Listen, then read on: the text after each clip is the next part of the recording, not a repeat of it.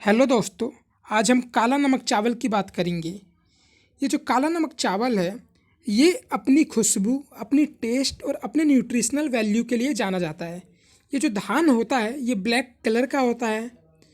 काला नमक चावल के बारे में कहा जाता है कि जब बुद्धा को सर्वप्रथम ज्ञान प्राप्त हुआ था और वो जब श्रावस्ती आए थे, तो श्रावस्ती के लोगों को उन्होंने ये काला नमक चावल एज अ गिफ्ट दिया था, ताकि जब भी ये चावल खाएं तो वो बुद्धा को याद कर सके।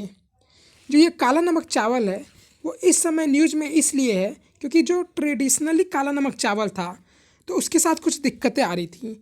दिक्कतें जैसे पैदावार में उसकी दिक्कत आ रही थी, इसकी क्वालिटी में दिक्कत आ रही थी, और ये जो चावल है वो बहुत ज़्यादा लोगों द्वारा यूज करा जाता है। तो दिक्कत ये आ रही थी कि जो धान का पौधा होता है वो जब ग्रेन्स उसमें आते हैं, दाने उसमें आते हैं, तो वो ऊपर से भारी हो जाता है और नीचे से उसका जो तना होता है वो कमज़ोर होता है। और इसी वजह से ये जो धान का पौधा होता है वो ज़मीन में गिर जाता है, और ज़मीन में गिरने की वजह से जो उसका पैदावार है उसमें भी कमी आती है, और जो इसकी जो क्वालिटी है उसमें भी कमी आती है।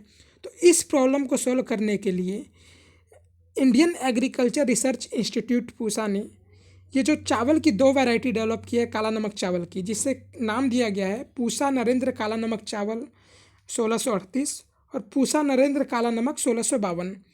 ये जो काला नमक चावल है ये नेपाल और यूपी के नॉर्थ ईस्ट इलाके में तराई रीजन में इसे उगाया जाता है।